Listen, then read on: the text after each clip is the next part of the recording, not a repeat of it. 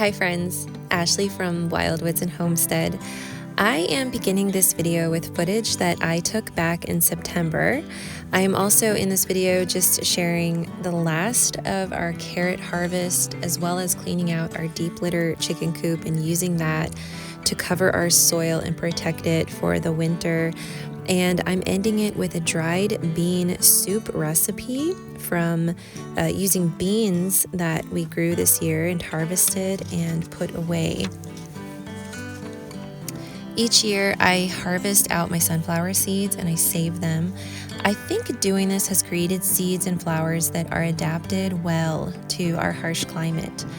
I grow these beautiful sunflowers that are bred for florists. They are smaller, they make beautiful bouquets, and they don't drop pollen. I have a variety of colors and textures, and I'm thinking about selling the seeds in our online shop. I'm not sure when I'll have these available, but I will have a link to our shop in the description box for anyone who might be interested, whether you want to look at some of the other products that we make and sell in the shop or check out these sunflower seeds and grow your own and seed save to create your own florist sunflowers that are adapted to your own climate. Geoff is winterizing the coop before helping me to clean out the deep litter that we built up over the year. One of the things that he's doing is he's adding a light with a timer in it to come on early in the morning to encourage our chickens to continue laying eggs. And I know there are a lot of different opinions on doing this. A lot of people will say that, the chickens need a break. And I do agree with this to an extent, but for us, we do have really long winters. We have about 6 months of winter up here.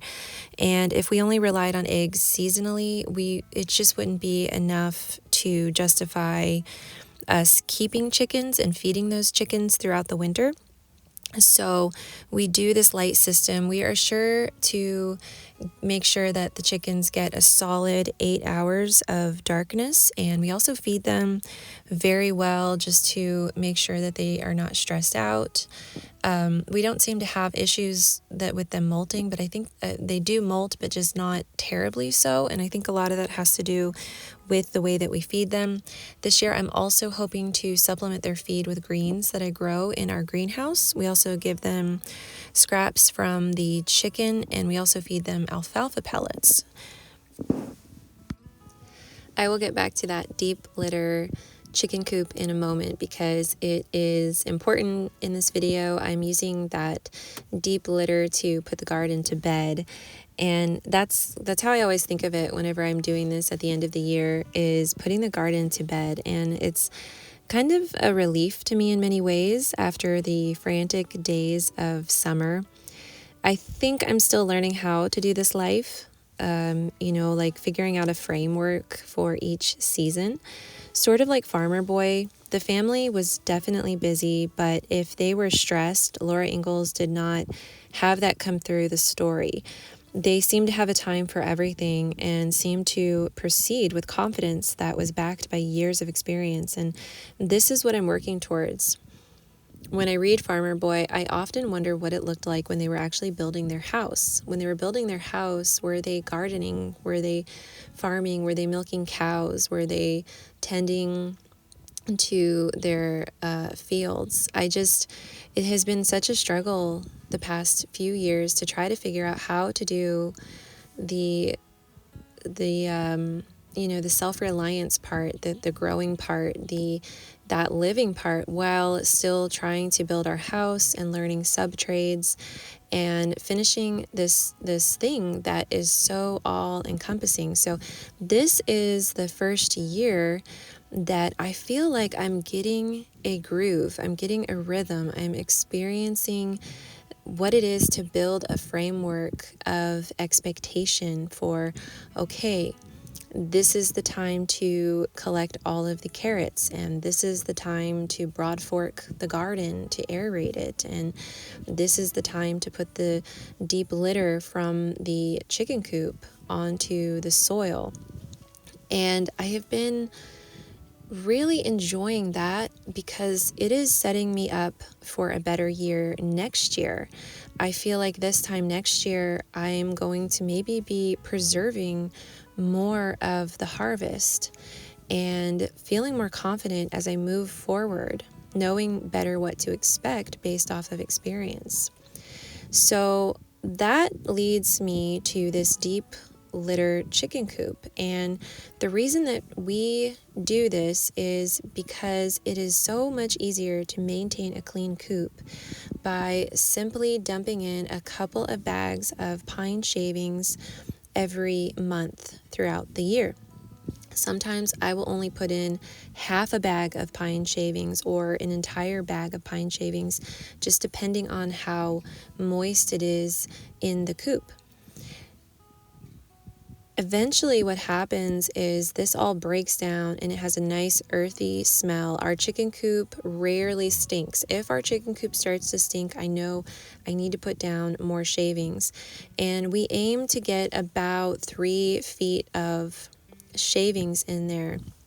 Now, this year I had a very small flock. I had to refresh our flock this year, and so I only had a few chickens in there. So the deep litter was not broken down. It wasn't nice and moist and full of all of that really good chicken manure the way that it normally is.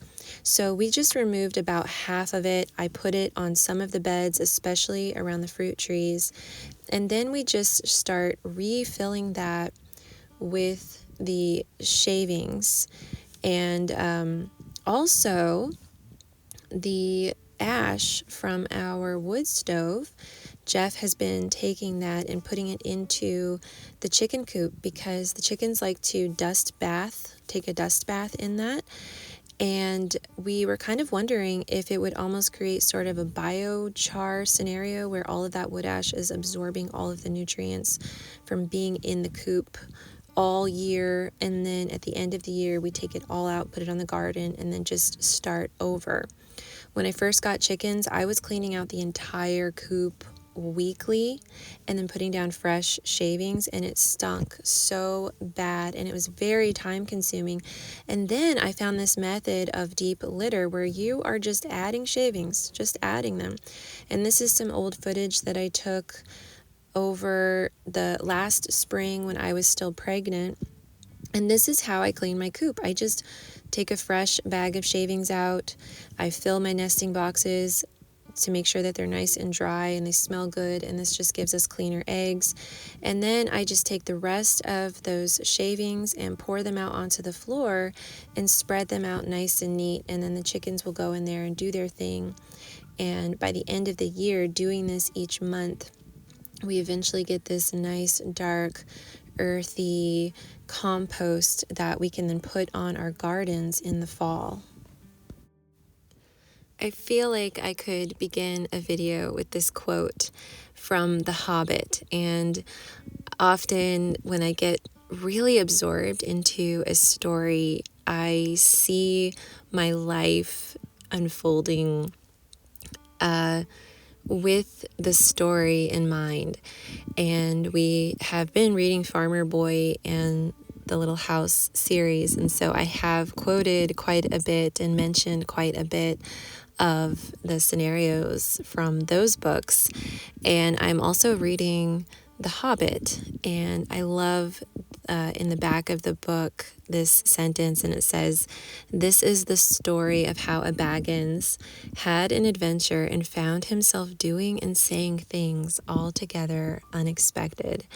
I think you could start a video with that and build an entire framework, at least in my thinking, in my experience. And that, I love that quote because in many ways I feel like I am this, this Bilbo Baggins who seeks comfort and wants to dwell in safety, but find myself often peeking out the window looking for adventure. And moving to northern Alberta and having 8 children and heading out into the woods to go hunting with my husband and heading out into the woods to to cut dead standing timber for firewood, and gardening and having, grizzlies in our backyard. That's me. That's my adventure. And something too I love from the book The Hobbit, when I'm looking at building my adventure, when I'm looking at building comfort, I would say building comfort to mix with the adventure, because I do think building comfort is important too, especially for little children who are so vulnerable and precious, and they need comfort first. And there's another quote in the book that I wanted to share that I just really love, and it's talking about Elrond and his house, and it says, "His house was perfect. Whether you liked food or sleep or work or storytelling or singing or just sitting and thinking, best, a pleasant mixture of them all. Evil things did not come into that valley." And when we are done with the day and we're tucked into our house at night, and I am making supper as the sun is setting, and I might be lighting a candle or turning on some more glowy lights in the house, this is what I'm trying to achieve, is this place of peace, this place of storytelling, or a nap, or work that you enjoy, or food, good food, and keeping that evil out. By the way, I am just rinsing some of these dried beans that we grew, and we didn't grow very many. I have grown dried beans before, but I wasn't sure what to do with them, and so that year we just seed saved a few of them. But this year we went ahead and harvested them and dried them, and then we all spent an afternoon shelling them out, and we only got like about a gallon of them. We grew two varieties. We grew these red kidney beans and then some Jacob's cattle beans. We didn't have very many of the Jacob's cattle beans, so we just seed saved a few of those, and also of the red kidney beans that I just had there. And I went ahead and decided to use them for this soup tonight.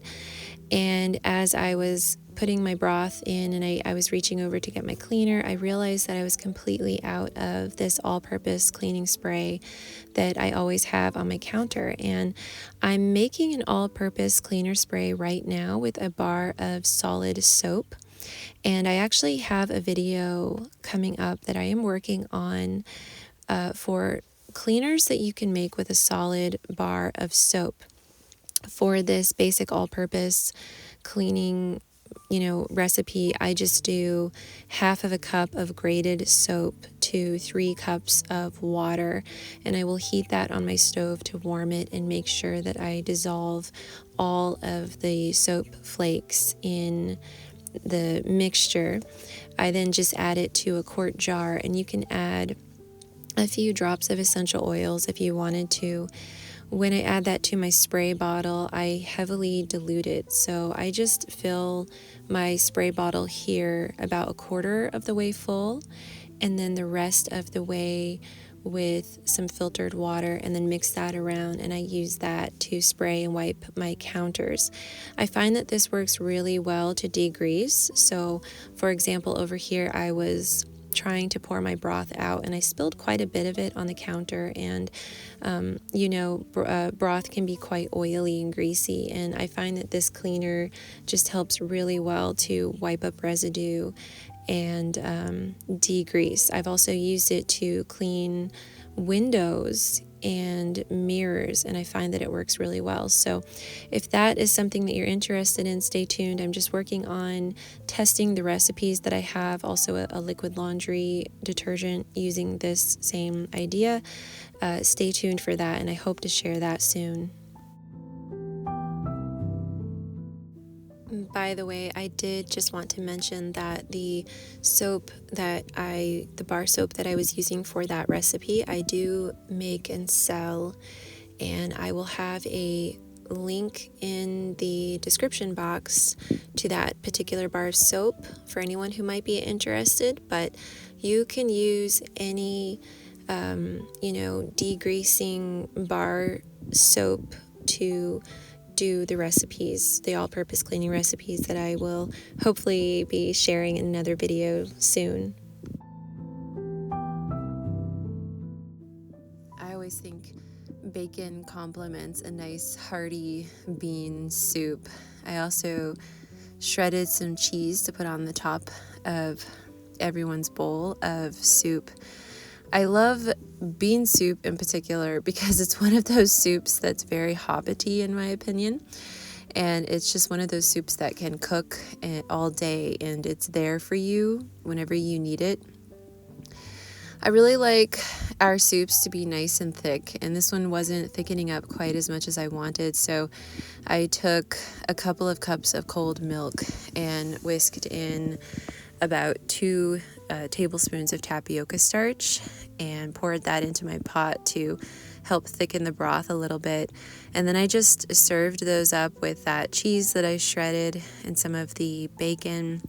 In a little bit, I top it with some Greek yogurt. You could use sour cream. By the way, these 2 beautiful loaves of gluten-free bread right in front of the camera here. This is my daughter's rice flour blender bread recipe, and I'm going to have her type this up in a blog post, and I will share that soon for anyone who wants to just go and get the recipe and print it off and try it yourself. It is so delicious. We've used it alongside soups and stews. We've used it to make French toast or fry it with an egg for breakfast. I hope that wherever you are, if you are heading into winter, depending on what side of the equator you're on, that you are finding comfort and seeking adventure, whatever that looks like to you. Thanks for watching.